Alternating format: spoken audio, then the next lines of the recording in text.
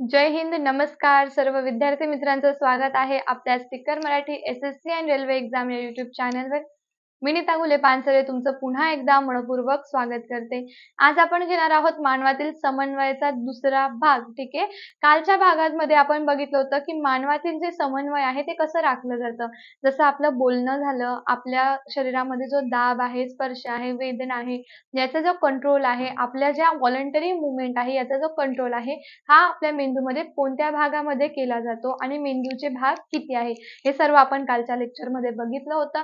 तर प्रत्येकाने कालचं लेक्चर पण एकदा पूर्ण बघून घ्यायचं आहे. आधीचा भाग बघितल्यानंतरच पुढचा भाग तुमच्या लक्षात येतो है ना. तर आज आपण घेत आहोत मानवातील समन्वयाचा सेकंड लेक्चर, सेकंड भाग. त्याच्या आधी सगळ्यांनी लिंकला शेअर करायचं आहे, सेशनला सगळ्यांनी लाईक करून घ्यायचं आहे. ठीक आहे. नोटिफिकेशन जी काही आलेली आहे तुमची, ती नोटिफिकेशन तुमच्यापर्यंत कालच पोहोचलेली आहे, बरोबर. काल आपण काय केलेलं आहे, नोटिफिकेशन सुद्धा बघितलेली आहे. कशासाठीची होती, तर ती रेल्वेसाठीची नोटिफिकेशन आली, ज्याची तुम्ही खूप एकदम आतुरतेने वाट बघत होते. ती नोटिफिकेशन आलेली आहे 14 तारखेपासून आणि 26 तारखेपासून, म्हणजे ग्रॅज्युएशन आणि अंडर ग्रॅज्युएशन अशा वेगवेगळ्या तुमच्या पोस्ट आहेत. तर त्याच्यासाठीचे फॉर्म फिलिंगची प्रक्रिया सुरू करण्यात येणार आहे. तर जाऊन नोटिफिकेशन एकदा चेक करून घ्यायची आहे. ठीक आहे. आणि अभ्यासाला आता सुरुवात करा, अभ्यासाला लागा, कारण आता तुमचे एक्झाम जवळच येईल. ओके. आता नोटिफिकेशन आली आहे, फॉर्म फिलिंगची प्रक्रिया सुरू होणार आणि त्याच्यानंतर तुम्हाला लगेच सिलेबस वगैरे सगळं बघावं लागणार आहे. ओके. तर आता आपण बघणार आहोत पुढचा भाग. तर मानवातील समन्वयामध्ये आतापर्यंत आपण कालपर्यंत काय बघितलं, तर मानवातील समन्वय, चेता नियंत्रण, रासायनिक नियंत्रण बघितलं. नंतर आपण मेंदू व मेंदूचे लेयर म्हणजे त्याचं स्ट्रक्चर बघितलं. नंतर आपण मेंदूचे पार्ट्स बघितले, ज्यामध्ये अग्र मस्तिष्क, मध्य मस्तिष्क व पश्च मस्तिष्क बघितलेलं होतं. आणि नंतर आपण अग्र मस्तिष्काचा भाग बघितला होता, पहिला, दुसरा आणि तिसरा. ठीक आहे. इथपर्यंत आपण शिकलेलो आहोत. आज आपण बघणार आहोत मध्य मस्तिष्क. ठीक आहे. कालच्या भागामध्ये जे झालं ते एकदा मी तुम्हाला सांगितलेलं आहे. सो आज आपण बघणार आहोत मेंदूचा दुसरा भाग, ज्याचं नाव आहे मध्य मस्तिष्क. ठीक आहे. Mid brain. आता जे मध्य मस्तिष्क आहे ते आपल्या शरीरामध्ये काय कार्य करते हे बघणार आहोत. जसं की इथे तुम्हाला डायग्राम दिसते आहे. ठीक आहे. तर हे आहे मिड ब्रेन. ठीक आहे. हे काय दिसतंय तुम्हाला, मिड ब्रेन दिलेलं आहे. मग मिड ब्रेन काय करतात, तर याला आपण काय म्हणतो, मध्य मस्तिष्क म्हणतो. हा मेंदूचा भाग अनैच्छिक क्रिया नियंत्रित करतो. म्हणजे काय, जसा आपण तो बघितला मेंदूचा जो पहिला भाग बघितला आपण आहे ना, अग्र मस्तिष्कातील पहिला भाग बघितला. तर अग्र मस्तिष्काचं काम काय असतं, आपल्या शरीरामध्ये व्हॉलंटरी मुवमेंटला कंट्रोल करणं. व्हॉलंटरी म्हणजे काय, की आपल्याला जसं व्हॉलंटरीचं एक्झाम्पल द्यायचं झालं तर बघणे, बोलणे, ऐकणे, हे सर्व व्हॉलंटरी म्हणजे तुमच्या इच्छेनुसार घडणाऱ्या क्रिया आहे, ज्याचं नियंत्रण अग्र मस्तिष्कात होतं. पण मध्य मस्तिष्कामध्ये म्हणजे मेंदूच्या दुसऱ्या भागामध्ये आपल्या अनैच्छिक क्रियांचं कंट्रोल होतं. मग अनैच्छिक क्रियांमध्ये काय येणार, रक्तभिसरण संस्था, श्वसन संस्था, त्याच्यानंतर डायजेशन जी प्रोसेस आहे, ही सगळी आपल्या इच्छेच्या बाहेर आहे. तुम्हाला वाटलं की मला जेवण पचवायचं नाही, तर तुम्ही नाही पचवणार का? तुम्हाला वाटलं श्वास घ्यायचा नाही, तर नाही घेणार का? तुम्हाला वाटलं की आज माझ्या हृदयाला आराम करायचा आहे, हृदयाला काम बंद द्यायचं, बंद करून टाकायचं, हृदयाला काहीच काम द्यायचं नाही, तर होणार आहे का? नाही. म्हणजे हे तुमच्या इच्छेच्या बाहेरच्या ज्या क्रिया आहे, हे कोणाद्वारे कंट्रोल केल्या जातात, तर तुमच्या मध्य मस्तिष्काद्वारे कंट्रोल केल्या जातात. ठीक आहे. आता मध्य मस्तिष्काचा जो भाग आहे तो दृश्य कशाचा करतो, व्हिज्युअल रिफ्लेक्स वहन करतो. म्हणजे काय, भाग जो आहे तो दृश्य प्रतिक्षेपणाचे वहन करतो. म्हणजे व्हिज्युअल काय, रिफ्लेक्स म्हणजे आपल्या डोळ्यासमोर एखादी गोष्ट असेल, ठीक आहे, तर ती गोष्ट काय आहे हे ऑप्टिक नर्वद्वारे आपल्याला काय होतं, कळतं. मग ऑप्टिक नर्व जी आहे ती कुठे जाते, तर मेंदूपर्यंत जाते. मग मेंदूच्या कोणत्या भागापर्यंत गेली, तर मध्य मस्तिष्काच्या भागापर्यंत जाते. म्हणून आपल्याला कळतं की आपण समोरची जी व्यक्ती आहे, वस्तू आहे किंवा कलर आहे तो कुठला आहे. ठीक आहे. मग मध्य मस्तिष्काचं प्रमुख काम काय आहे, जसं आपण कालच्या लेक्चरमध्ये लिहिलं होतं आठवत आहे सगळ्यांना, मध्य मस्तिष्क. मध्य मस्तिष्काला काय बोललं जातं, मिड ब्रेन. ठीक आहे. मग मिड ब्रेनचं काम काय आहे, प्रमुख काय कार्य आहे, अनैच्छिक क्रियांना कंट्रोल करणे. अनैच्छिक क्रिया नियंत्रण कोणाद्वारे केलं जातं, मिड ब्रेनद्वारे केलं जातं. अजून दुसरं काम काय करतो तो, बघा दुसरं काम काय करतो, तर प्रतिक्षेपणाचे, दृश्य प्रतिक्षेपाचे वहन करणे. ठीक आहे. कळलं आहे, ते पण लिहून घ्यायचं.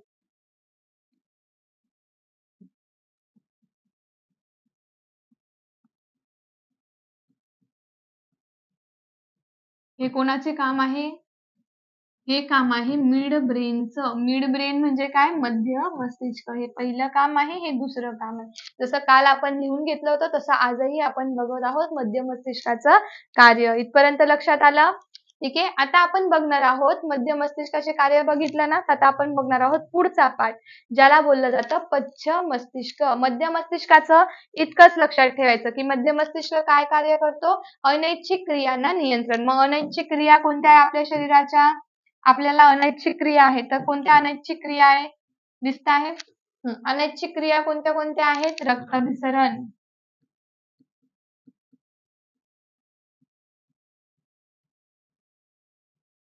पचन, नंतर रक्त शुद्धीकरण. या काय झालेल्या तुमच्या शरीराच्या? तुमच्या इच्छेने होतात का या क्रिया? रक्ताचं शुद्धीकरण होणं, हृदयाचे स्पंदन, हे तुमच्या कंट्रोलमध्ये आहे का? सांगा बरं. नाही ना, मग हे आपल्या कंट्रोलमध्ये नाही, त्याला बोललं जातं अनैच्छिक. ठीक आहे. दृश्य प्रतिक्षेपणाचे वहन करणे म्हणजे जे काही तुम्ही बाहेर बघत आहात त्याचं ज्ञान आपल्याला स्वतःला व्हावं म्हणून हे दृश्य प्रतिक्षेपणाचे सुद्धा वहन करते. हे झालं तुमचं मध्य मस्तिष्काचे कार्य. आता आपण बघत आहोत पश्च मस्तिष्क, ज्याला काय बोललं जातं? पश्च मस्तिष्काला हाइंड ब्रेन बोललं जातं. काय बोललं जातं? हिंड ब्रेन बोललं जातं. आता अनुमस्तिष्काला छोटा मेंदू म्हणून ओळखतात. काय करतात? अनुमस्तिष्काला छोटा मेंदू म्हणून काय केलं जातं? ओळखले जाते. शरीराचा तोल सांभाळणे. आता याचं कार्य काय आहे अनुमस्तिष्काचं? तुमच्या शरीराचा जो तोल आहे ना तो सांभाळायचं काम, म्हणजे एकदम प्रमुख काम आहे. आपल्या शरीराचं तोल सांभाळण्याचे काम कोणाद्वारे केले जाते? तर छोट्या मेंदूद्वारे केले जाते. हे इम्पॉर्टंट आहे, हे लक्षात ठेवायचं, लिहून घ्यायचं.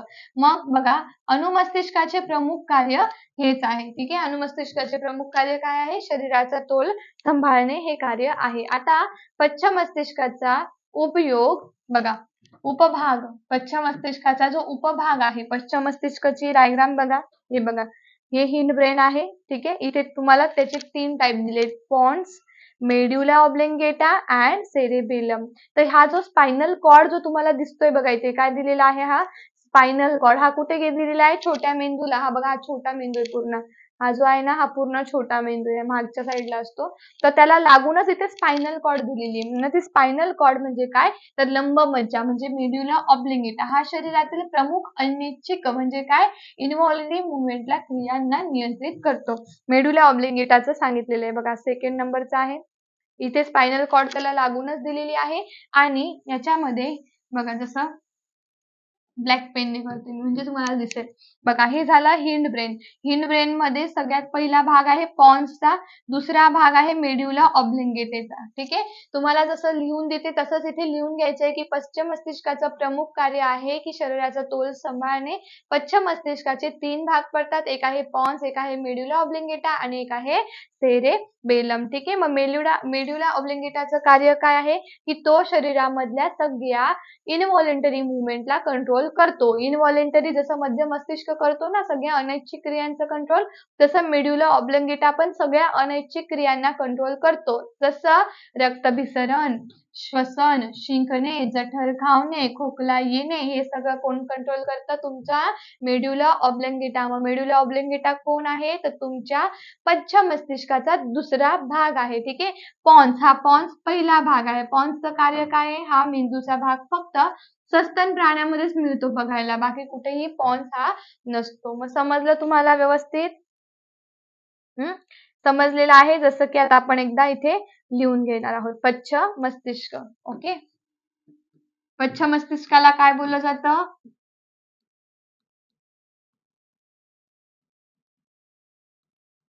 हिंड ब्रेन. हिंड ब्रेन मध्ये किती टाईप आहेत? हिंड ब्रेनचं काम काय आहे? तर हिंड ब्रेनचं काम आहे प्रमुख, पहिलं कार्य लिहिणार आहोत आपण,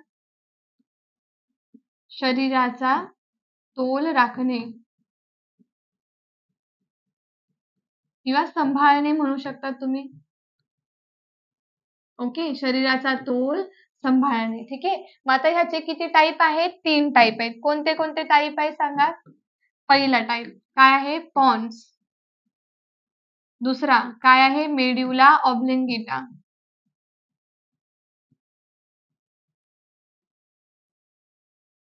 तिसरा काय आहे सेरेबेलम.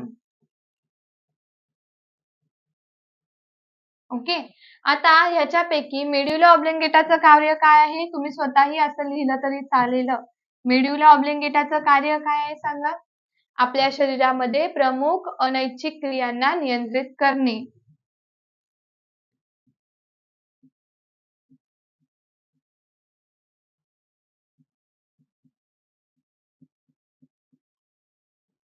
अनैच्छिक क्रिया नियंत्रित करणे. हे तुम्ही तुमच्यासाठी मी लिहित आहे.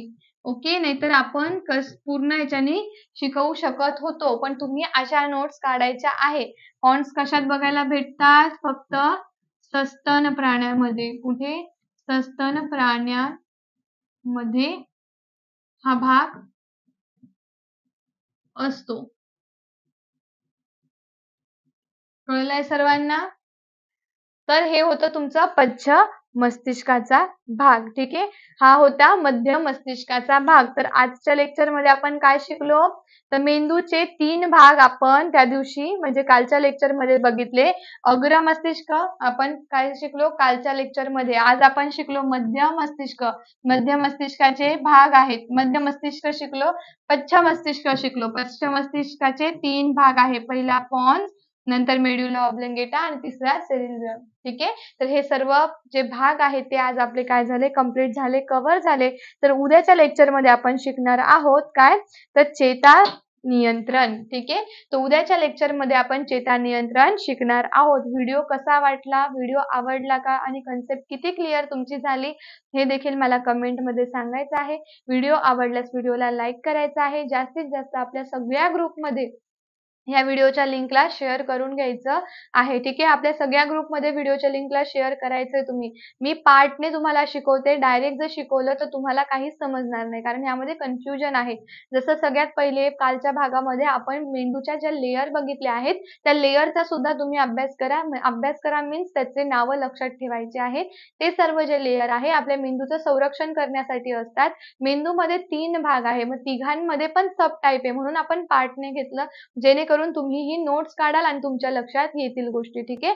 जसं मी इथे लिहून दिलेलं आहे त्याच पद्धतीने जर तुम्ही नोट्स काढल्या तर तुम्हाला रिव्हिजनची पण गरज पडणार नाही. जेव्हा एकदा एक्झाम असेल तर तुम्ही नुसतं वाचलं तरी सुद्धा चालणार आहे. अशा पद्धतीच्या नोट्स काढल्या तर सगळ्या गोष्टी लक्षात राहतील. तर अग्र मस्तिष्क, मध्य मस्तिष्क आणि पश्च मस्तिष्क हा झाला मेंदूचे 3 भाग, 3 पार्ट. तर याच्यावरती जे काही क्वेश्चन येणार आहेत तर PYQ मध्ये क्वेश्चन शोधून तुम्ही काय करायचंय तशा पद्धतीने अभ्यास करायचा आहे आणि जाऊन पटकन फॉर्म भरायला सुरुवात करायची आहे. फॉर्मची सुरुवात झालेली नाहीये, 14 तारखेपासून होणार आहे. सो लक्ष देत राहायचंय. आणि फॉर्मची डेट आलेली आहे 14 पासून, पण जशी सुरुवात होईल तसं मी तुम्हाला त्याचाही एक व्हिडिओ देणार आहे. ठीक आहे. आतापर्यंत ज्यांनी व्हिडिओ बघितला नसेल की नोटिफिकेशन काय आहे, जागा किती आहे, तर आपल्या चॅनलवर अपलोड आहे. जसं की मी पहिलेही सांगितलं, तुम्ही जाऊन चेक करायचं आहे. ठीक आहे. व्हिडिओला जास्तीत जास्त लाईक करायचंय, जास्तीत जास्त शेअर करायचंय. ठीक आहे. चॅनलवर नवीन असाल तर टिकर मराठी SSC आणि रेल्वे एक्झाम चॅनलला सबस्क्राईब करा. भेटूया उद्या पुन्हा न्यू कन्सेप्ट सोबत. तोपर्यंत bye bye. Take care. Wish you all the best. Jai Hind. Thank you.